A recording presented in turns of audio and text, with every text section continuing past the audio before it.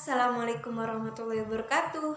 Perkenalkan, nama saya Kusratul Badri Hasan, NIM E2019-3133, Prodi Akuntansi Syariah, Fakultas Ekonomi dan Bisnis Islam. Pada video kali ini, saya akan sedikit memberikan tanggapan kepada Bapak Dosen Abdullah Nafis, LSMEI, selaku dosen pengampu mata kuliah pengantar Ekonomi Makro Islam yang berjudul Perhitungan Pendapatan Nasional. Sebelum kita mempelajari tentang perhitungan pendapatan nasional, alangkah baiknya kita mengetahui tentang pendapatan nasional. Pendapatan nasional sendiri itu adalah nilai total output akhir suatu negara dari semua barang atau jasa hasil produksi selama 1 tahun. Yang dimana pada pendapatan nasional ini merupakan pencatatan dari awal bulan Januari sampai akhir tahun. Selanjutnya konsep pendapatan nasional. Yang pertama yaitu produk domestik bruto atau GDP, yang artinya jumlah produk baik barang maupun jasa yang dihasilkan oleh unit-unit produksi di dalam batas wilayah dalam suatu negara. Yang kedua, produk nasional bruto atau GNP merupakan nilai produk baik barang maupun jasa yang dihasilkan oleh penduduk suatu negara atau nasional selama 1 tahun.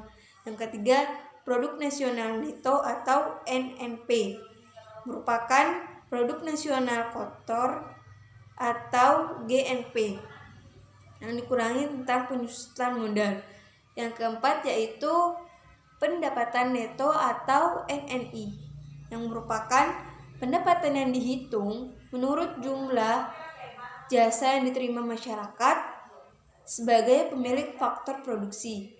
Yang kelima yaitu pendapatan perseorangan atau PI, merupakan jumlah pendapatan dari setiap orang. Yang keenam, pendapatan yang siap dibelanjakan, merupakan pendapatan yang memanfaatkan jasa konsumsi. Di dalam mempelajari perhitungan pendapatan nasional, pasti terdapat manfaatnya. Manfaat yang pertama yaitu mengetahui tingkat kemakmuran suatu negara. Yang kedua, mengevaluasi kinerja perekonomian dalam skala tertentu. Yang ketiga, mengukur perubahan perekonomian suatu negara secara berkala. Yang keempat, memudahkan dalam membandingkan kinerja ekonomi dari setiap faktor. Yang kelima, sebagai indikator kualitas hidup masyarakat di dalam suatu negara. Yang keenam, sebagai indikator perbandingan kinerja antar negara. Yang ketujuh, sebagai indikator perbandingan kualitas standar hidup antar negara.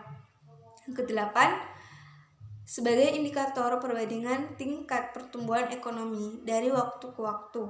Yang terakhir yaitu sebagai indikator perbandingan pertumbuhan ekonomi dari kekayaan dalam suatu negara. Selanjutnya yaitu macam-macam metode perhitungan pendapatan nasional. Yang pertama yaitu metode pendekatan nilai suatu produksi. Yang kedua, metode pendekatan suatu pendapatan. Yang ketiga yaitu metode pendekatan suatu pengeluaran. Selanjutnya, pendapatan nasional dalam perspektif Islam. Yang pertama, pendapatan nasional harus dapat mengukur penyebaran pendapatan individu di dalam rumah tangga. Yang kedua, pendapatan nasional harus dapat mengukur suatu produksi di dalam sektor pedesaan.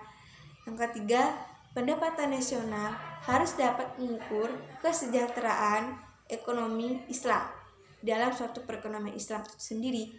Yang keempat, perhitungan pendapatan nasional sebagai ukuran dari kesejahteraan sosial Islami melalui pemberian nilai santunan berupa sodako, berupa santunan kepada anak yatim atau yang lainnya. Selanjutnya, sumber pendapatan nasional dalam ekonomi Islam. Yang pertama yaitu bersumber dari ghanimah. Yang kedua, sodako. Yang keempat, infak. Yang kelima, zakat. Yang keenam, urs. yang ketujuh jizya, yang kedelapan horoj, yang kedelapan pajak tambang, dan harta karun yang kesembilan yaitu wakaf.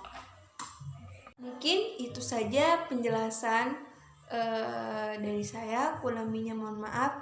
Assalamualaikum warahmatullahi wabarakatuh.